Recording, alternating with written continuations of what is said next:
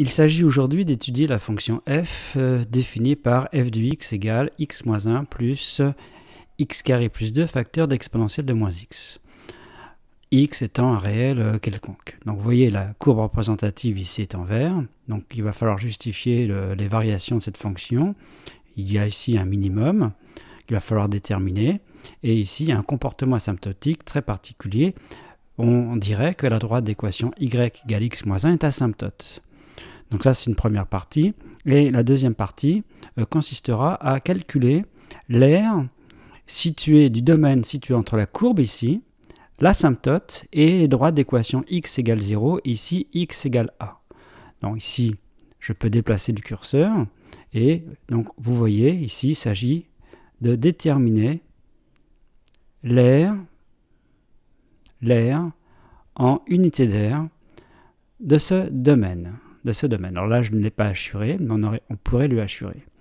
Et on va voir après la limite de cette aire quand a tend vers plus l'infini. Alors on va commencer par les variations de f. Pour cela, on calcule sa dérivée. La fonction f est définie sur R. Donc ça fait 1 ici, la dérivée de x moins 1 plus, ça c'est de la forme u fois v, donc la dérivée c'est u' v plus v'. Donc u' c'est 2x fois v, plus la dérivée d'exponentielle de moins x, qui est moins exponentielle de moins x, facteur de x carré plus 2. Donc ça me donne 1. Si je mets exponentielle de moins x en facteur, en fait ce que je vais mettre moins exponentielle de moins x en facteur. Donc là j'ai x carré plus 2 moins 2x. Donc x carré moins 2x plus 2. Bon, alors pour faire le signe de f', on pourrait déjà se poser la question du signe de ça. Parce que ça, c'est strictement positif. Imaginez que ça soit par exemple strictement négatif. C'est possible, hein? Dans ce cas-là, tout ça serait strictement négatif. Et donc tout ça serait strictement positif. Ce serait terminé. Alors si on fait le signe de ça, on peut le voir déjà par le discriminant. B2 moins 4AC. Alors quand on fait B2 moins 4AC, ça fait 4 moins 4 fois 2, donc ça fait ici moins 4. Donc ça veut dire que le discriminant négatif, ça c'est toujours strictement positif. C'est strictement positif, donc ça aussi. Donc vous avez une différence de quantité positive, ça c'est variable. Donc du coup on ne peut pas en déduire le signe de f' directement. C'est bien d'y réfléchir avant. Donc comme on ne peut pas le faire le signe directement, et par un calcul non plus. Donc ce qu'on va faire, on va faire les variations en fait de f'. Donc on va faire la dérivée de f', c'est-à-dire f seconde de x. Alors dérivons une deuxième fois. Donc ici, je vais écrire sous forme d'un produit. Donc là, la dérivée de 1, c'est 0. Et là, je vais dire que c'est u fois v. Donc je vais faire la dérivée de ça. Alors la dérivée de ça, c'est plus exponentielle de moins x fois x carré moins 2x plus 2. Et après, il faut que je dérive ça. Donc plus 2x moins 2 fois moins exponentielle de moins x. C'est ça qui joue le rôle de u et ça le rôle de v. Donc si on met exponentielle de moins x en facteur, on obtient ici x carré moins 2x plus 2. Ici j'ai moins 2x plus 2. Donc ça fait x carré moins 4x plus 4. Ici, j'ai moins 2x, ça fait moins 4x. Là, j'ai plus 2, ça fait 4. Et donc, ça fait exponentielle de moins x, facteur de x moins 2 au carré. Ici, on reconnaît une identité remarquable. Donc, on va faire le signe de f seconde. On en déduira le signe de f'. En fait, on en déduira les variations de f', puis après le signe de f'. Donc voilà le signe de f seconde, donc du coup on en déduit les variations de f'. Elle est strictement croissante.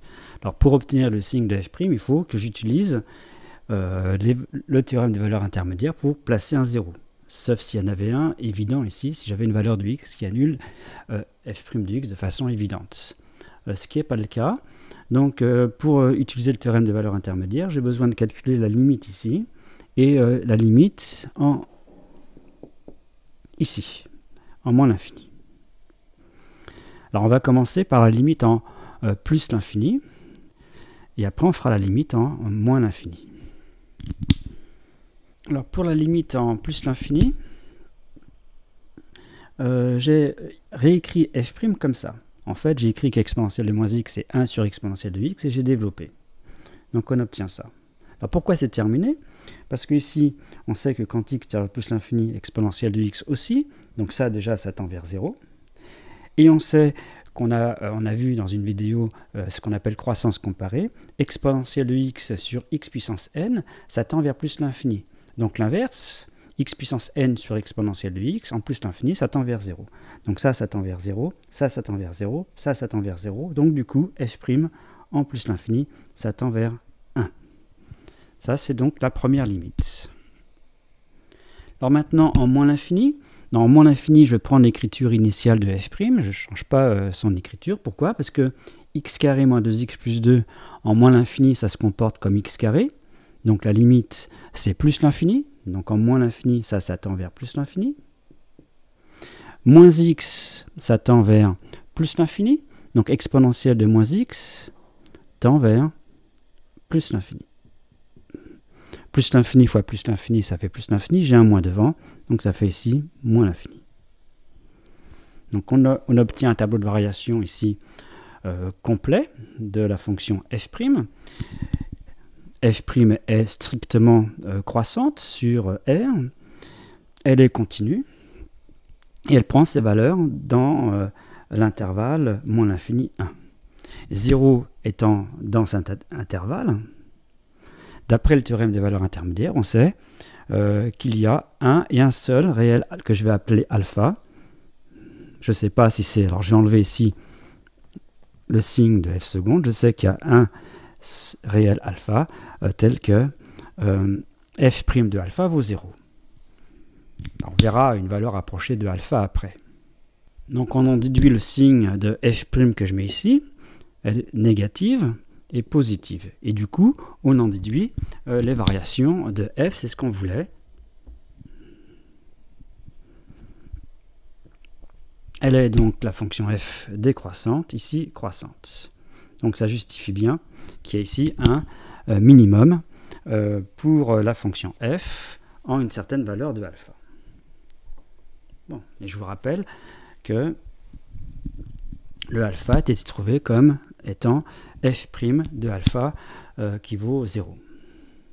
Alors comment on trouve une valeur approchée de alpha?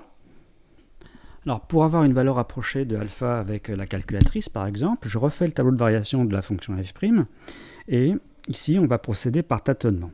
Alors déjà ce que je vais essayer c'est la valeur 0 pour savoir si alpha est positif ou négatif. Donc comment situer alpha par rapport à 0? Je vais faire f' de 0. Donc j'en place ici x par 0. Donc là ça fait 2. Là ça fait 1. Donc ici ça fait 1 moins 2. Donc ça fait moins 1. Donc comme f' de 0 c'est moins 1, c'est que la valeur 0 est ici. Moins 1. Donc déjà alpha est un nombre positif. Donc la méthode dite de balayage consiste à prendre un tableur, à prendre les valeurs de x ici de 1 en 1, donc on commence par 0, puis après on prend la valeur en 1, 2, 3, et on regarde quand il y a un changement de signe. Pour f', je dis bien pour f'. En faisant ça, on aura déjà un encadrement de alpha à 1 près. Alors, la valeur qui convient, c'est ici 1. On s'aperçoit que f' de 1 est positif. Alors si on continue la méthode de balayage, eh bien on prendrait donc, on referait ça, donc on ferait non pas de 1 en 1 mais de 0,1 en 0,1, donc on ferait 0, f' de 0, f' de 0,1 jusqu'à f' de 1, et on verrait qu'il y a un changement de signe qui serait entre 0,3, f' de 0,3 et f' de 0,4. Ça veut dire que alpha est compris entre 0,3 et 0,4. Et ainsi de suite, et on obtient en fait que alpha est compris entre 0,35 et 0,36. On va le marquer ici, entre 0,35 et 0,36. Donc ça donne ici un encadrement de alpha par la méthode dite de balayage.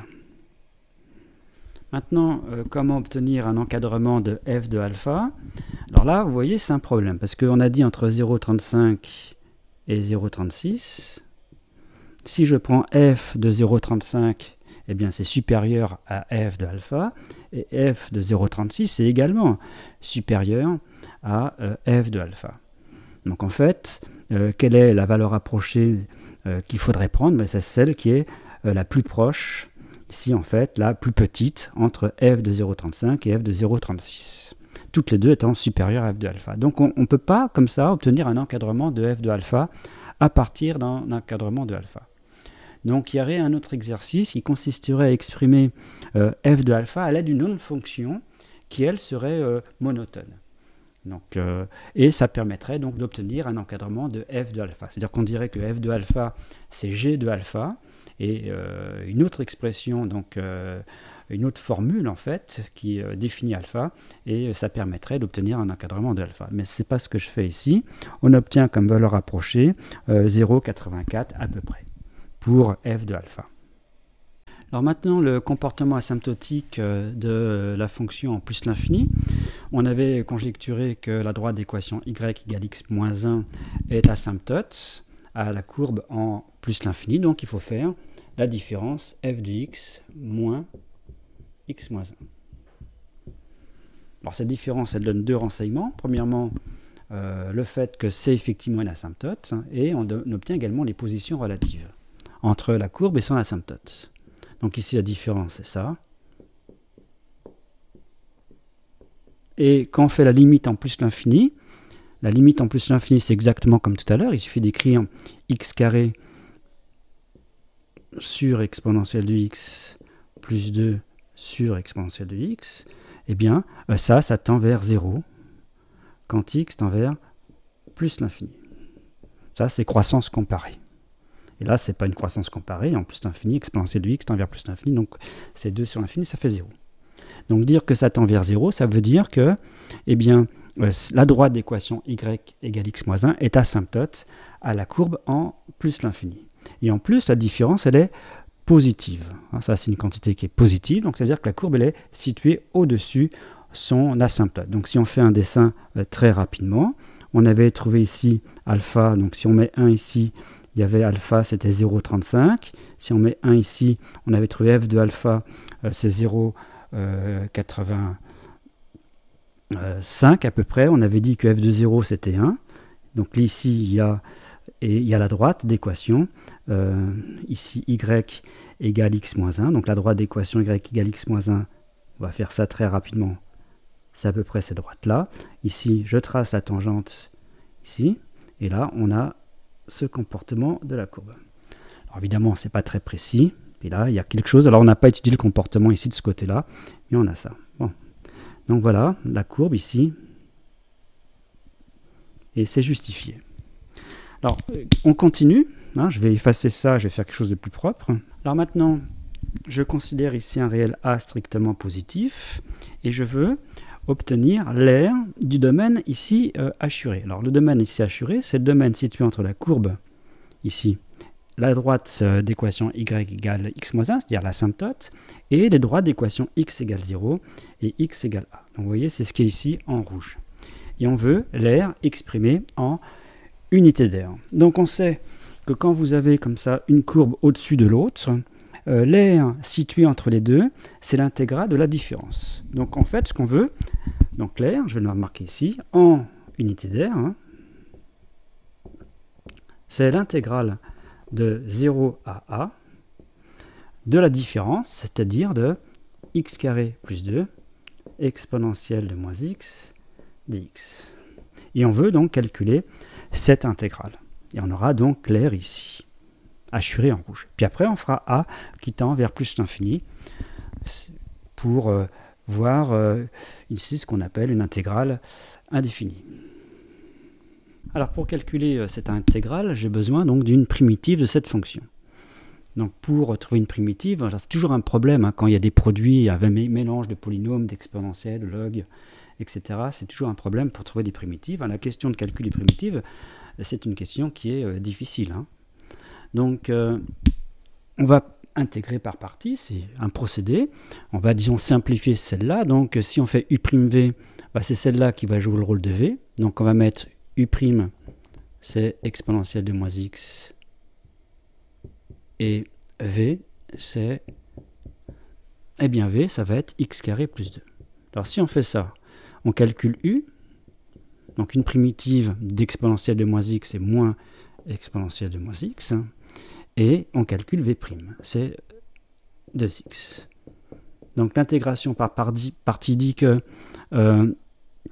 cette intégrale de 0 à... Alors, cette fonction-là, je vais l'appeler G. Hein, pour simplifier, ça m'évite d'écrire la fonction G. Eh bien, c'est le crochet UV, c'est-à-dire moins exponentielle de moins x fois x carré plus 2 de 0 à moins cette intégrale. Donc, comme il y a un moins ici, je peux le sortir. Donc, ça fait plus l'intégrale de 0 à de... Et je peux sortir également le 2. Donc, plus 2 fois l'intégrale de 0 à de x exponentielle de moins x dx. Donc voilà ce qu'on obtient, et il reste à calculer cette intégrale. Donc pour calculer cette intégrale, on va encore procéder par partie. Donc voilà, je calcule donc cette intégrale. Donc en fait, le changement par rapport à tout à l'heure, c'est que ici, ce qui va jouer le rôle de v, c'est x, et donc v' c'est 1. Vous voyez, j'ai simplement rectifié ici. X, et donc V' c'est 1, donc l'intégration par partie me dit que c'est UV, U c'est ça, hein, V c'est ça, hein, donc ça fait ici moins X exponentielle de moins X, moins cette intégrale. Donc encore une fois, comme il y a encore un signe moins ici, je peux sortir, donc hein, c'est simplement le 1 ici hein, qui compte, donc ça fait plus l'intégrale de 0 à A d'exponentielle de moins x dx. Alors c'est presque fini, hein, parce qu'ici il faut de nouveau une primitive de ça. Une primitive de ça, c'est moins exponentielle de moins x. Donc ça fait moins x exponentielle de moins x. Et là, je mets moins exponentielle de moins x, donc moins exponentielle de moins x, et le crochet. Donc là, je vais faire une pause parce que j'ai uniquement calculé cette intégrale. Donc je vais remplacer par ce crochet. Il va falloir que je multiplie ici par 2. Et j'ai également celui-ci.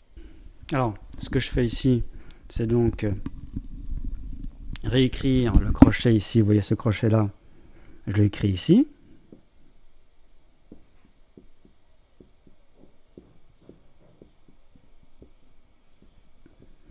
Et là, on sait manipuler les crochets. Donc, comme on sait manipuler les crochets, on fait en fait un seul crochet avec ça. Voilà. Et c'est le grand crochet ici.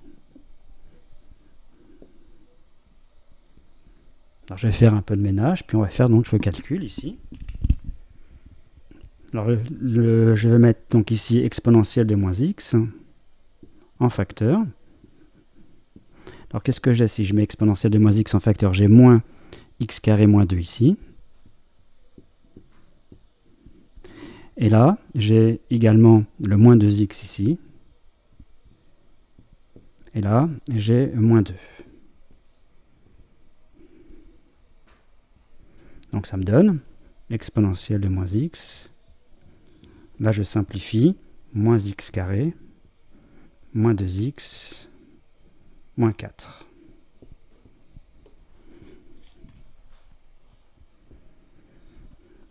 Donc là, ça termine presque le calcul. Donc voilà ce qu'on obtient.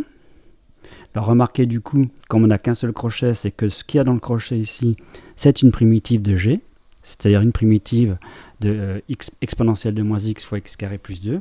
Alors on pourrait le vérifier, il suffirait de dériver tout ça, toute cette fonction-là, et on retrouverait x carré plus 2 exponentielle de moins x. Donc maintenant on calcule ce crochet. Donc pour calculer ce crochet, on fait le calcul en petit a, ça fait exponentielle de moins a carré, moins 2a, moins 4, moins le calcul en 0. Alors le calcul en 0 ici ça fait 1, là ça fait moins 4, donc ça fait plus 4. Donc on peut l'écrire comme ça. Ça fait moins a carré sur exponentielle de a. Ici, moins 2a sur exponentielle de a, moins 4 sur exponentielle de a, plus 4. Donc ça, c'est l'aire exprimé en unité d'aire de la surface qu'on avait assurée tout à l'heure. Et si j'en fais la limite quand a tend vers plus l'infini, eh bien, encore une fois par croissance comparée, quand a tend vers plus l'infini, ça tend vers 0, ça tend vers 0, ça tend vers 0, donc l'aire, elle tend vers 4. Quand a tend vers plus l'infini. Alors on va regarder ce que ça signifie sur la courbe, on va faire une petite courbe, et qu'est-ce que ça signifie que cette limite soit 4 quand petit a tend vers plus l'infini. Alors quand je fais a qui tend vers plus l'infini, eh bien vous voyez cette surface, en fait, c'est une surface illimitée, illimitée, puisque ici je fais a tend vers plus l'infini, c'est-à-dire je prends en fait tout ce qui est entre la courbe, cette droite-là, et tout ce qui se trouve en fait à droite de la droite d'équation x égale 0. Donc je prends tout ça comme ça, donc j'ai une surface illimitée, pourtant son aire, elle est, elle, limitée, elle est finie. C'est-à-dire qu'elle ne dépasse jamais 4. Donc ça, cette aire-là, A, je note A petit a, elle tend vers 4 quand A tend vers plus l'infini. Alors, est-ce que ça paraît simple de comprendre ce genre de choses? On l'a déjà vu avec les suites, on peut avoir une suite croissante qui converge. Alors, c'est pas parce que c'est de plus en plus grand, effectivement, quand on décale A, vous avez une surface donc, qui est plus grande, mais donc vous avez quelque chose qui croît. Quand A croît, cette aire-là, elle croît, mais c'est pas parce que c'est croissant que ça tend vers plus l'infini. Ici, typiquement, vous avez quelque chose qui est croissant et ça tend vers quelque chose de fini, ça tend vers 4.